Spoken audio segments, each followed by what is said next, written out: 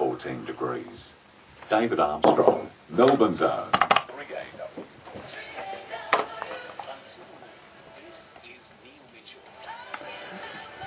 We're halfway through the state election campaign. The opposition leader Ted Baillieu is with me. The Liberals have announced overnight they'll direct preferences to Labor ahead of the Greens, which is a brave move and a fairly dramatic move and a change. 96900 693 13 13 32. If you'd like to speak to Ted Baillieu. Opposition leader, good morning. Good morning, Neil. Do you think you are a bit lazy? Neil, I work flat out every day, I can assure you, and I think that's just a bit of spin from the Labor Party. Let me tell you that in this job, you don't survive unless you put in. So are you annoyed by this sort of Ted's lazy campaign that they're running that stands for nothing? This is Labor Party smear tactics, Neil. This is what they do all the time. They've been doing it to me for a long time. You don't survive in this job unless you put in the yards, and I put in the yards. Well, they've specifically criticised you taking a couple of days off the campaign to prepare for the debate and the forum. Well, it's just wrong. You didn't take the time off? No, I was doing a range of meetings, and it's just... This is just the sort of nonsense that goes on with the Labor Party. Any attempt to smear, they've got that dirt unit running out of the Premier's office. This is what they do now. So the days of those debates, you're actually in meetings and things, do you? I had meetings, I did some filming, I had a media interview that ended up being postponed, but the days were fully committed, I can assure you that now. One of the members of Parliament said to me that your body language is too relaxed. Has anybody ever said that to you? That, you sort of stroll into Parliament looking very relaxed and here we go, rather than storming in ready to tear the place apart. I'll run in next time with boxing gloves on, Neil. But are these things important? Neil, other people can judge, but I will say that I am careful when I'm moving around because I'm a big bloke and I don't want to do any damage on the way now. And you've got a crook back. Not quite perhaps as crook as yours, but a crook back from having played 10 years of rugby and having the odd spinal fracture, but that's just reality. That's why I swim, Neil. Speaking of rugby, will you stop posing with rugby balls? This is an Australian rules state. Well, as you know, Neil, I am a passionate follower of the Geelong Footy Club, but that doesn't mean I don't love rugby because I played rugby for 10 years. It's a great international game. You can go anywhere in the world and find somebody who's played rugby, as I have done on many occasions. Was it your idea to put the Greens last? It was a party decision. The bottom line here is, Neil, that what we have been saying all along has proved to be absolutely true. Labor have been doing a deal with the Greens. We know from the Labor Party that they have preferenced the Greens. We know the Greens are preferencing the Labor Party. We know that the Labor Party want more preferences from the Greens. Labor and Greens have done a deal at the last 3 state elections, the last 2 by-elections in Tasmania and the ACT and in Canberra. A vote for the Greens has always been a vote for the Labor Party. Yeah, it was a party decision. Do you support it? We want a clear choice, Neil, and that's what this is about. This will leave Victorians in no doubt that we want stability. We want a government that can govern, and Victorians will have a choice. They'll have a choice between an alliance between the Greens and the Labor Party, or a coalition. Okay, and you think the Greens are that bad that they deserve to be put behind Labor? I'm not. Or is it tactical? No, I'm certainly not reflecting on the Greens personally, but they have a range of policies with which we have disagreement, and we believe that Victoria's best interests are served by a clear choice. But why are the Greens worse than Labor? Well, this is a case of the policy differences and unresolved policies from the Greens. And what policies? Well, let me tell you, they're interested in raising taxes. We're interested in lowering taxes. We're interested in keeping the cost of living modest, cost of living rises down, and they are interested in policies which will increase the cost of living. But are you saying that they are worse than Labor? In terms of their unresolved policy positions, yes, that's the proposition we are putting. So you would rather have a Labor government than a government dominated by Greens? Well, we're not going to have a Greens government. No. So this is a choice. This is a choice between a Greens-Labor alliance, and we don't know the extent of the deals that Labor have done with the Greens in order to secure these preferences. And the bottom line is the choice between that alliance and the coalition. But would you rather see Labor in power than a hung parliament? I'd much rather see us in power, of course, Neil, and that's the proposition. Would you rather see Labor in power rather than a hung parliament? I think Victorians, indeed Australians, don't want hung parliaments. They want a clear choice. They want a decision out of an election. So is that a yes? Well, we don't want to see a hung parliament. We want to see a coalition victory. And would you rather see Labor in power than a hung parliament? Oh, well, I'm not interested in Labor being in power, Neil, and it can play those games all around, but I'm not interested in a hung parliament. We want a coalition victory. Will you rule out negotiating with the Greens if they do get a seat and you are in a position to form government? I've said it's highly unlikely that would be the case, that we would be negotiating that proposition. I don't think they will necessarily win a seat anyway. Yeah, but if you're in that position, will you negotiate with them? As I say, highly unlikely, Neil. Highly unlikely that you'll do it, or highly unlikely they'll be in that position? Both. Okay. What's the total spending for you in this campaign? I'm sorry, the Total spending? Well, I've seen some propositions put in the paper this morning, which are frankly numbers being peddled about by the Labor Party, and they're not correct. 7.25 billion is the figure quoted in the Herald Sun. Yeah, well, that's a bunch of figures that have been peddled about by the Labor Party. Understand this, Neil. We are looking over 2 terms.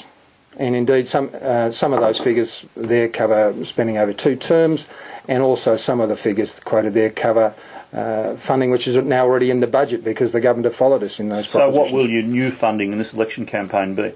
Well, we'll have a final tally of that when we release all the details in the next 10 days. What are we up to now? Well, I can tell you, middle of last week, I think we were at about $1.5 billion of capital funding and $1.5 billion of recurrent funding. There have been some additions since then. I don't have a current tally of that. But we'll have a tally of that, and all Victorians will have an opportunity to see. Okay, and you say they'll be fully costed, the policy. Yep. Who'll test them? Well, as has occurred in the last 3 state elections, we will have them tested and costed and accounted by a leading accounting firm, independent accounting firm, as John Brumby did last time, as he did the time before, as he did the time before that. Now, the government have come up with, made up a couple of propositions over the course of the campaign. If they want to really test this independently, then we're happy to go to the Auditor General. We're happy to go with the government to the Auditor General. Okay, but it's going to require more money, isn't it? Your spending will be an increase on what's being spent. Well, there are surpluses in the forward estimates. There are contingencies in the forward estimates, so we're taking account of that. We're taking account of some savings. I can tell you there are savings available. Where, other than advertising? Government advertising.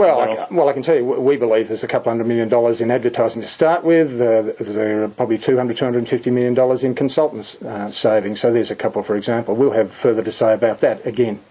Okay. When we release the details. Can you balance the books without increasing revenue further? That's certainly our aim. I mean, revenue is set to increase in the forward estimates.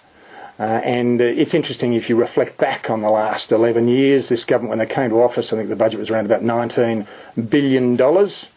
It's now over 45, heading up towards $50 billion. So it is increasing in the forward estimates. We're mindful of that, and we're mindful of the burden on Victorians. We certainly don't want to add to the cost of living pressures on Victorians. But you'll be running at the same level, won't you? The 45 or 50 billion. Well, that's the budget. That's the budget situation we inherit. So that's you're not going to be able to change that. Well, we're not going to be able to change that. You certainly we don't want to add to the cost of living increases that are pressuring Victorian families now. But we have to be respectful of that, and responsible financial management dictates that you can't just wipe off the revenue side of the budget. Can you guarantee no increased taxes? We have no intention of increasing taxes now. No matter how bad it is when you get there. If you get there and the figures are all dodgy, you're not going to increase taxes. Well, we have no intention of increasing taxes. We will do an audit of all the finances first up, but we have no reason to believe that the financial accounts are wrong. But we have no intention of introducing new taxes or increasing taxes. What about a cut in services? No, cut in services. I think failing services are the issues. What the principal issue we have in Victoria in terms of finances is the waste. And if you have a look at the government's record, just look at the extraordinary waste and overrun on the smart cards, on the desal plant, on the Mikey. There's a long list of them, Neil, and we have to cut back on that waste. There's $11 billion of cost overruns on major projects alone. So there's going to be more spending, but there'll be no new revenue, no new taxes, and no cut services. How do you balance the book? Well, Neil, you have to ensure that there is no waste. The spending has to be carefully applied. We will make some savings, as I said. And what's your target for savings? How much do you want to save in all this? Well, we'll have the full details. I'm not going to go through all of that now. We'll have all of that laid out for the Victorian people to see in terms of the commitments we've made and the savings approach we take, as we have done in the past. When? In the next 10 days. So what, you're guaranteeing it, what, 2 days before the election? Well, that's the timetable that we've used in the past, timetable all parties have used. Yeah, it's been known that some parties have been known to drop it on the Friday before the election. Well, that won't happen. Thursday? There'll be plenty of time, Neil. Middle of next week. That's I can tell you that much. Middle of next week. Middle of next week, which is a few days before the election. Yep, it'll all be out there for everyone to see. But we're happy to go to the Auditor General today, tomorrow, if the government agree. And give him what? All your figures you're talking about? Yep, all the figures. And the deal on that is the government does the same, obviously. Yep. Have you put that directly to the Premier? Yeah, that, as I understand, is being put to the Premier. It's certainly been raised in the last few days as a proposal. And no response? Not in any formal way. What we've had is the government who made up a proposal about going to Treasury via the Premier's office at the start of the campaign. Never discussed that, and that didn't exist before.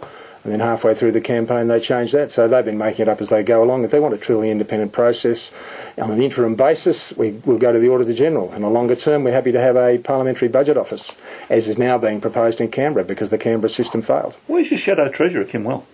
He's working flat out, and he was out there on State Line on Friday night. Okay, what else has he done?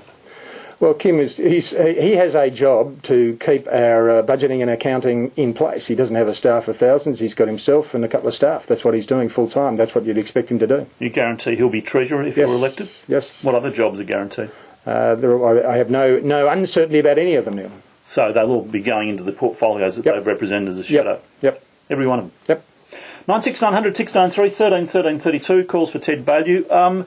This preference decision, do you agree it reduces your chances of winning? I don't agree, Neil, because it's a clear choice. And I think Victorians have been concerned that they would end up with a hung parliament or they'd end up with an alliance.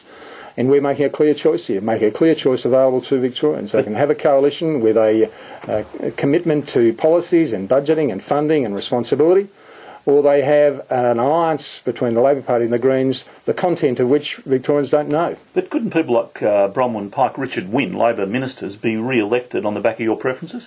I guess that's a possibility, Neil, but it's also a possibility that the Greens could win those seats in their own right. But that's not something for me to be concerned about. We've made a clear choice. But it must be... but you're effectively handing seats, potentially handing seats to the government. No, we're handing a choice to the Victorian people. You choose. But you are handing seats to them, aren't you? Not necessarily, but that's up to the people of those seats to determine. And as I think you were indicating to me before, not everybody follows how to vote cards. So we will wait and see.